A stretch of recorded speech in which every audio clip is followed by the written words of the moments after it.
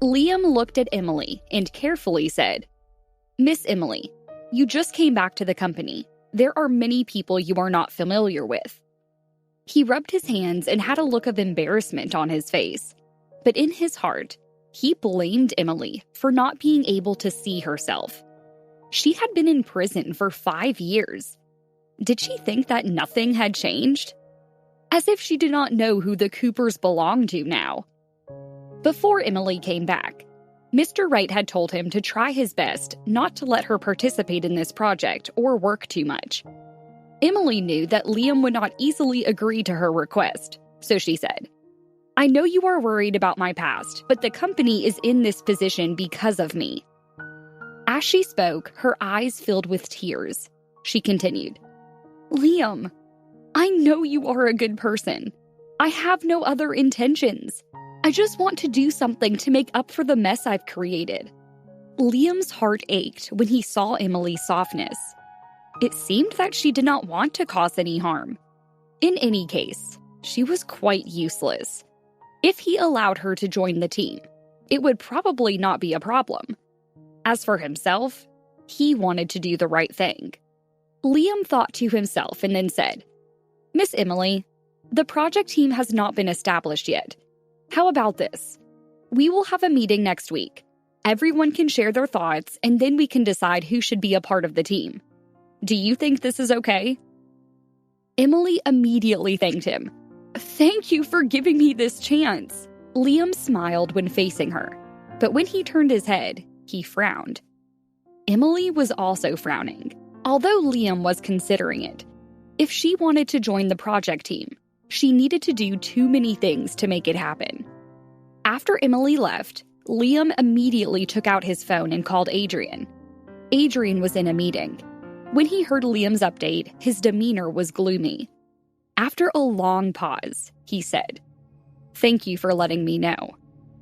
After hanging up the phone, Adrian played with the phone in his hands nervously. He did not know what Emily's goal was, but he had to be careful. He thought about it more, and then left the room he was in. He left a senior member of the board of directors behind to continue the meeting. Emily finished her day's work. When she got off work, she thought of John. Then she thought of the man with the imposing manner.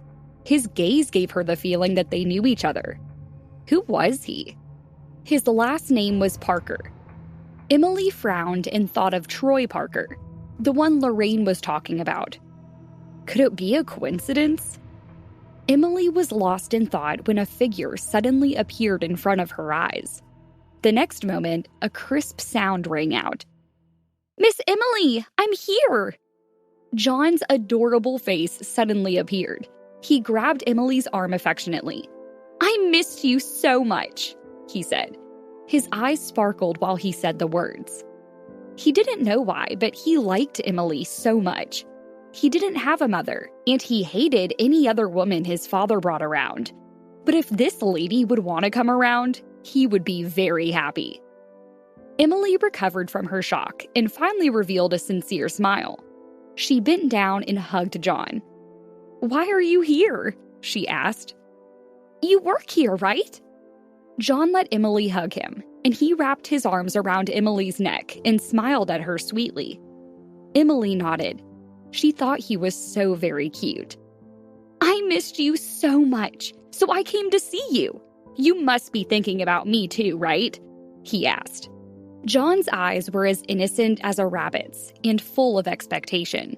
It was as if he would be completely disappointed if Emily shook her head and denied it. Emily naturally nodded and rubbed his head. "I missed you very much too," she replied. Although Emily was happy to see him, she was also afraid that he had snuck out again, so she asked, "Where is your father? Does he know you have come?" "Dad is at work in another meeting today," Jonathan answered and smiled mysteriously. "I missed you, so I asked my nanny, Miss Morris, to bring me here. Miss Emily, have you eaten? I brought you something delicious." John took something out of his pocket and put it in Emily's hand. Emily looked and saw that there were 3 Tootsie Rolls. "Miss Emily, these are my favorite candies. Grandma said that after eating Tootsie Rolls, one's mood will get better. I hope that your mood will be as sweet as the Tootsie Rolls." Emily looked at the 3 candies in her palm, and then looked at Jonathan's serious eyes. Her heart swelled, and she could hardly hold back tears. She sniffed and nodded with a smile. "Okay." Then she could not help hugging John again, and she also kissed his adorable chubby cheek. "Thank you, my little darling," she said. At this time, a woman walks up to them. "John, we should go home now," she stated. John did not want to leave Emily, but he did not dare to let his father find out that he had come here. With a scowl on his face, he said, "Miss Emily, I have to go." Emily could not bear to see him leave either, but when she thought of her past, she could only scoop him up in a warm hug and say, "Okay, be careful." He came down from Emily's arms, and when he was about to leave with his nanny, he instead turns around and runs back over to Emily. "Miss Emily, tell me your phone number. I will call you soon." Emily gave John her phone number, and John repeated it right back to her. "Miss Emily, I have already memorized your phone number," he said, as he quickly ran away. He was still reciting her phone number to himself when he arrived home.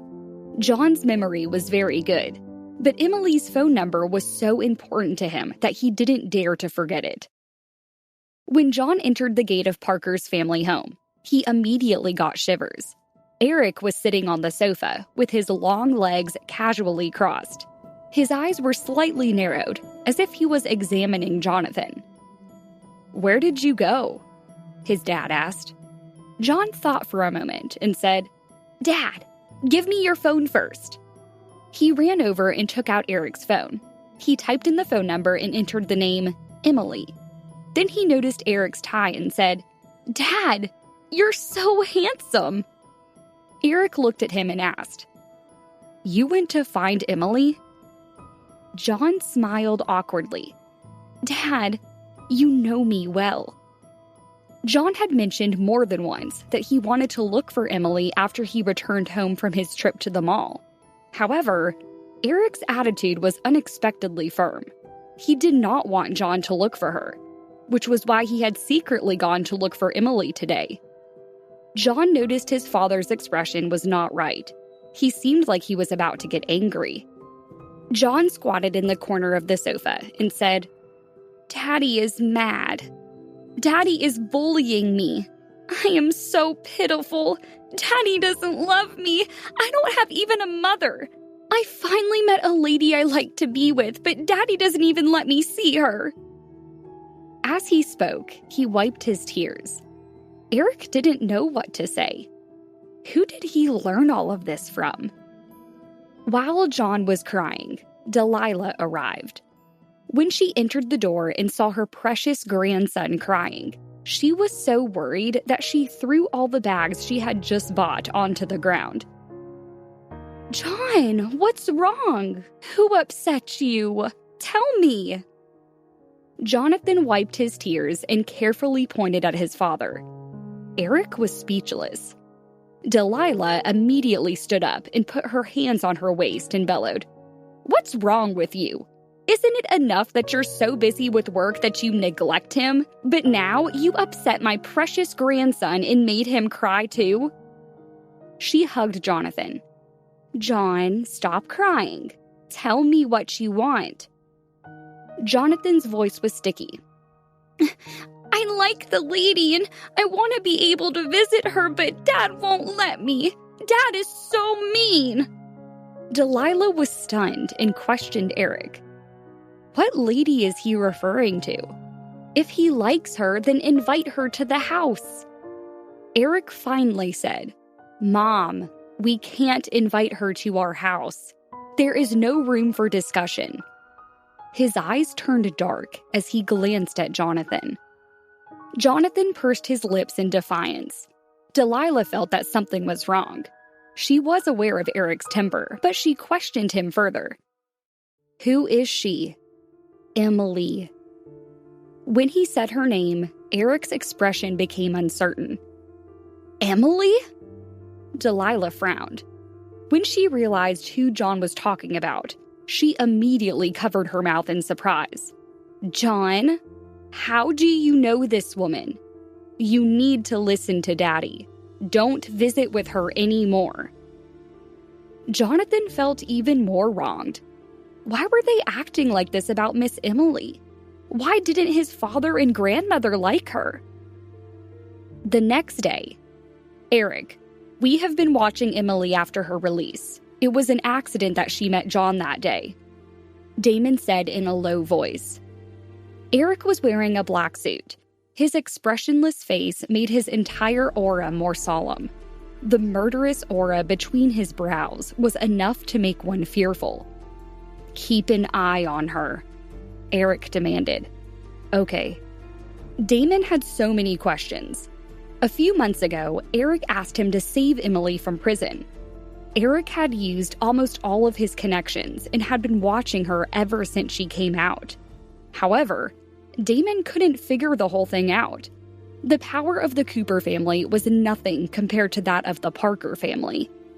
Why would Eric care so much about this woman who had been imprisoned for 5 years? Did you like this story? You can listen to thousands of such stories on the Pocket FM app. You can download the app now. Click on this icon on your screen, or click the drop-down icon right beside the video title.